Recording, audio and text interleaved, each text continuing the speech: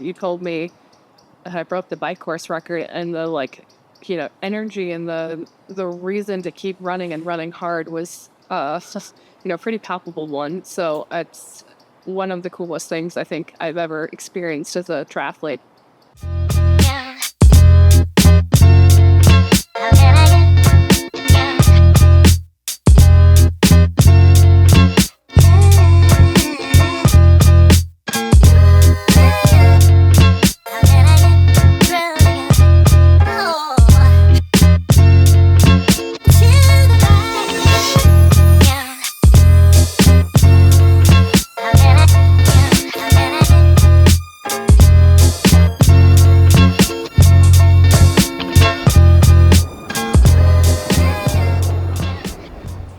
We are back 1 week from Ironman Brazil.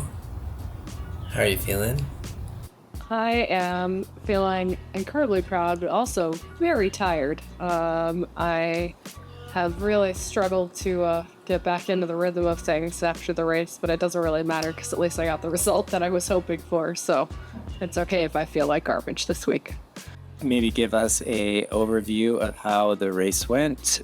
Well, leading into the race, the week was pretty smooth. I mean, overall, the Brazilian people were super nice and made it pretty easy to find our way around.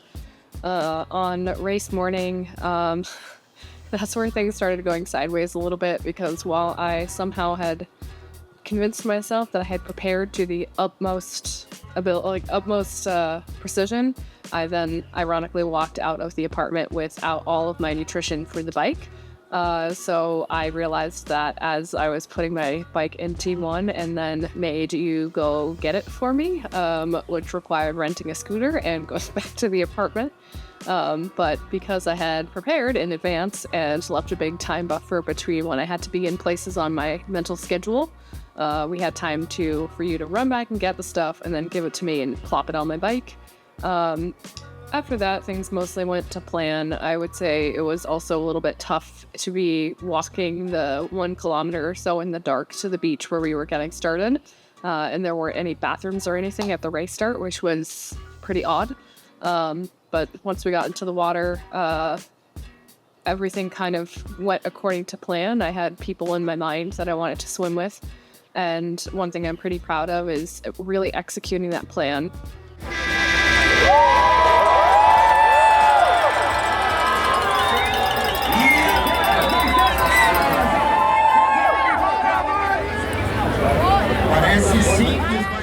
Once things got a little chaotic around some of the turn buoys, one of my mental goals was to not get dropped off the pack, and that actually happened, so hooray for me. Prepared that pretty well, where I lost the group a little bit when we came out on the beach. I don't know, maybe I just wanted to have a nice beach day because I got bogged down in the sand and kind of got dropped at that point. But once we jumped back in the water, the group just separated a little bit, and my legs just kind of didn't feel like kicking very much. But I didn't really get flustered. Executed the second lap A-okay. And came out of the water just about at an hour flat. And when I looked down at my watch, I thought that's a little slow, but okay, don't worry about it. And then really worked hard to get through transition as fast as I could. Then coming out on the bike, I saw immediately there were a couple of people within eyesight in front of me. And another one of my internal goals for this race was to make some calculated risks that I could back up. And this was one of those moments when I knew I had the legs and I just went for it. And I passed those girls pretty quickly and told myself, all right, we gotta keep your foot on the gas for the next 5 to 7 minutes to see if they stick around, and they didn't. And yeah, then the first hour and a half, it was really interesting how much I wanted to stop. My brain kept telling me that it was too hard and that I felt too bad and that it would be okay if I just pulled over to the side and just stopped riding. But when I looked down at my power, I was still, riding fairly well. And I think what snapped me out of it was that there were so many cones on the course, pretty big cones, and I was expecting them to all be in a straight line. And when I went into one of them with my front wheel at full capacity, 25 miles an hour, and punted it about 10 feet forward, It just like snapped me out of how grateful I was to be racing, how I didn't want to stop, and just kind of like stopped the spinning narrative of my brain that I wasn't doing very well. So that from that point onwards, I was locked into what I was doing. I felt like I had a ton of power. And yeah, I'm just really proud. I kept making up space in the race, and I caught the first pack, or at least third place, pretty early on. I didn't stay with her for very long and just kept moving forward. And I think about a half an hour later or so, I then caught the girl that was in second. And I noticed that at every turnaround, I could see Pamela was getting closer and closer to me. And by the time I got off the bike, I was only 1 minute and 50 seconds behind her. So I was in the race, which was pretty cool.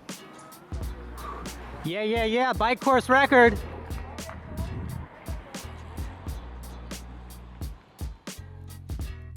When I was coming into T2, out of T2, I asked you, how did I ride? You told me I broke the bike course record, and the energy and the reason to keep running and running hard was pretty palpable one. So it's one of the coolest things I think I've ever experienced as a triathlete. And then onto the run, I felt great. The first lap, everything was kind of clicking. The crowds were insane. Maybe I gave too many high fives in the first lap, but I have no regrets. And I, finished the first lap and started onto my second, and I noticed how much gel I had taken, and I was almost done with my flask. And that was kind of problematic because I still had half the lap to go before I hit the special needs tent. And I started taking in Coke at the aid stations because they didn't have any gels. They had bread, which I can't eat, bananas, which I'm not going to eat, some kind of electrolyte drink that was really diluted, and then Coke. So that was the only thing really on the table that I could have. And I took in a little bit just to get me to the special needs kind of stop. And I picked up my new stuff and felt, all right, I'm ready to go. I can kind of cut it back down on the third lap. And at the first aid station, I went to reach out for something, and someone just ran through my hand, and my gel flask went into oblivion. So I lost all my fuel for the next 2 laps, which meant I was taking in Coke alone, and that just did in my stomach because I don't take caffeine in during the race. So between the third lap and the last lap, there were 4 bathroom stops, which is not super great for catching up to somebody who's running in first and did not seem to slow down a single step. But I did the best I could, and I was able to get a little bit, able to claw back a little bit of time on the last lap, but couldn't really make any forward progress because I was kind of out of gas and running on fumes a bit. But my form felt much better than it has in previous races, and I just felt so grateful that I could tell I could hold it together for the last bit.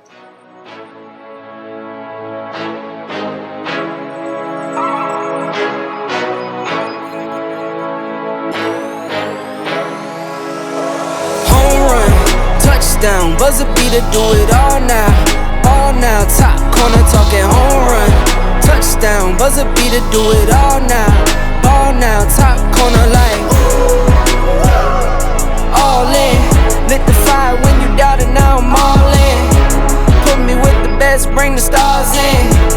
Undefeated mode, no falling. Doubted when I lost, slide back when I win. Fade and pay the cost, but I rose so thick and thin. Battles and the scars, see them on my skin. They tried to knock me out, but I'ma fight it to the end, and there's no days off. I'm just resting up a little, know it pays off. I'm just stuck up in the middle, knock some weight off. I've been carrying for years, and I'm not worried, I got no fear. Home run, touchdown, buzzer beater, do it all now, top corner talking home run. Touchdown, buzzer beater, do it all now, top corner like all in. Lit the fire when you doubted, now I'm all in.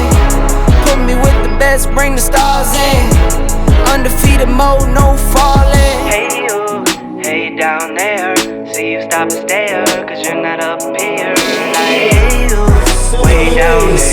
See you down there, looking up here. Get you some binoculars, so you can see me on the jumbotron.